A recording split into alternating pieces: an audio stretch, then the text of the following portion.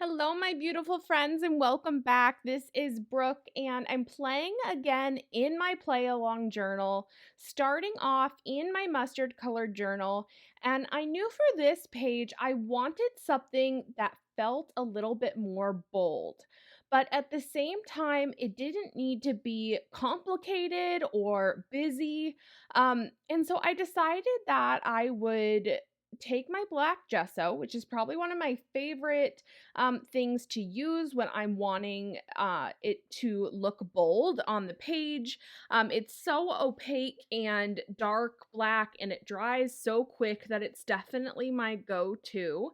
And I'm just kind of free drawing these circles here.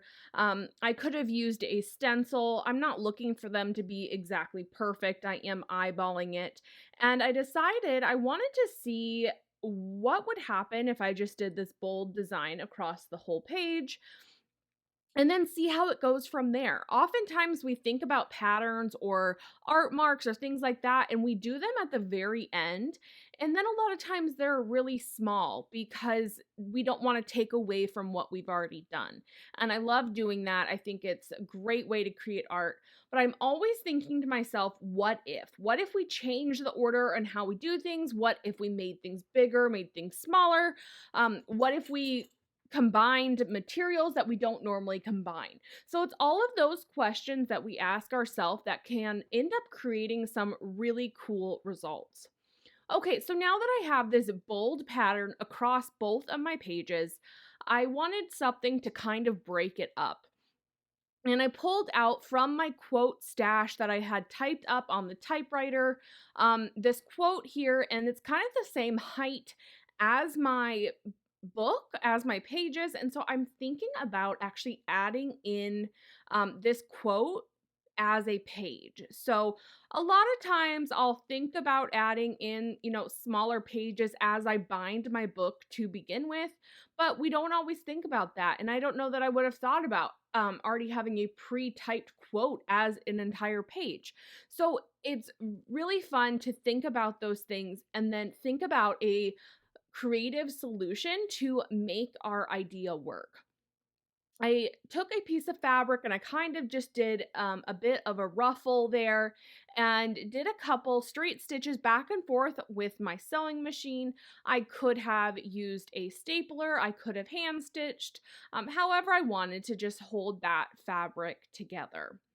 I had mentioned that you can add in different sizes of pages and different things as you create your journal itself. And I show all of that in my masterclass, my BB Art Journals masterclass. And right now, you can join the waitlist. That is going to be coming out for enrollment later this year in 2023. And I'm really excited to offer that up to you guys. I had the beta run um, last month, and it was such a joy to see people create their own custom journals and learn the methods that I have been doing for making my own journals. So, if that's something that you're interested in, I'm going to put that link in the description below. Also, in the description, you'll find links to all of the supplies that I use so that if you're curious of what I'm using, you can go and find that for yourself as well. So I'm using some tape here just to attach that page into my journal. It's now actually going to flip just like any other page. I'm making sure that I am securely attaching it. Of course, it's not going to be quite as secure as the pages that are actually bound in the book, but it's not too heavy. I mean, it is a sturdy piece of paper, but overall, I'm not worried about it coming out. And in the end, these pages here are all going to kind of be viewed as one spread. So I'm not too worried about that in the long run. I'm wanting to bring in back some lighter elements, a bit of an airier feel to it all. And I almost look at adding white back in as adding back in some highlights and maybe some focus areas. So I think this is one of my favorite techniques is doing white marks, really bold white marks on top of the dark opaque black background, I love the way that it stands out, and I think it just draws your eye right in. So I'm using those shapes, those circles that I made previously, kind of as a guide of where I'm now doing these um, pinstripes. And I'm really just eyeballing those. Those don't need to be perfect. And I'm not going to do it in every single circle. So since I did that kind of same design across the entire background, and a lot of times I wouldn't do the whole thing, I would just do circles here and there. But for this one, I wanted to see what it would be like if I just did circles across the entire page. And that could be any pattern that you choose to do. Circles was just what I was feeling on that particular day. So now to kind of counteract that, I don't want to do the pinstripes then in every single circle. It would kind of take away the boldness, the graphicness of it, and it would lose its effect to some degree. So just by doing it in a few, it kind of draws your eye across the page from the left to the right, and I enjoy the placement that those ended up in. For the quote page itself, even though it's now going to act as a page in the journal, I still wanted it to stand out just a little bit. And so I took my black china marker and did a kind of a black border around that piece of paper.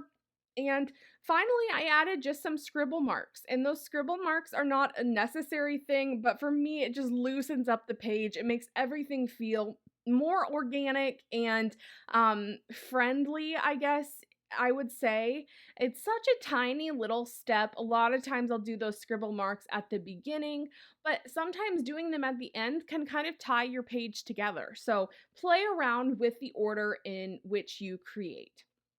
Okay, let's jump right in now to the other spread. This is going to be in my teal journal, and I'm going to start out with some white gesso. So you can kind of see on the right side of the screen, there is a little cluster that I have pre-made. I have several different clusters, and it's just like any of the other elements that I pre-make, whether it's, I have those quotes typed up or different stitched bits. So having some of these clusters pre-made allows me to then pull from that stash and um, maybe design the journal page around it. So for this one, I was pretty confident I wanted to use that cluster. The page started out pretty plain on its own, and it's going to be able to showcase that cluster really well. So I wanted to kind of bring some consistency from one side to the other by bringing and drawing that white across the page. Sometimes that can help if your pages are different colors, the left and the right side. It can be really fun to do that, but sometimes for me, it feels almost like a mental block to have them two separate colors. But I want the variety in my art journal. That's why we make a handmade journal, is we can use all the different fun types of papers. They're not all just white and matching pages. And so that's one of the greatest things. So even though we like the look of something and we put it in our journal, that doesn't mean it's always easy to create around. So creating and making a journal is an entirely different hobby than working in the journal itself. So the more that you do of both, and right now here I'm working inside the journal, the more that I do, the more comfortable I am, the more confident I feel, and the more happy I am with my pages. Now, of course, I still have pages that I am not happy with. They're not going to be my favorite. But not every page is going to be your favorite. Not everything in life is going to be your favorite. But if we can get to a place where we're just happy and content with it, I think that's really great. So we just have to find ways to make it work for us. So by using that white gesso and not just doing it on the right side of the page, but doing it on both sides of the page just made everything feel more cohesive right from the jump. And then I added in some of those scribble marks to kind of loosen things up.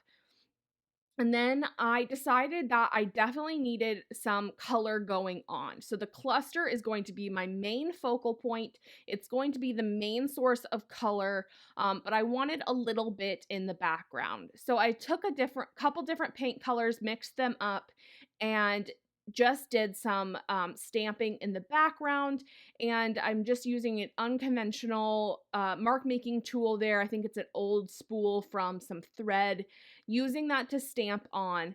I decided it wasn't quite bold enough with the paint color that I did, and so then I took my solid marker and just kind of accentuated those circles just a little bit more. So I was pretty sure where I wanted that cluster. I decided to keep it where I had originally planned. And that's kind of how I go about creating a page when I have a focal element picked out from the get go. A lot of times I don't know what the focal element is going to be, or even if I'm going to have one until I get into creating the spread further. I hope that you guys enjoyed today's spreads, my play along journal, and I will see you next time.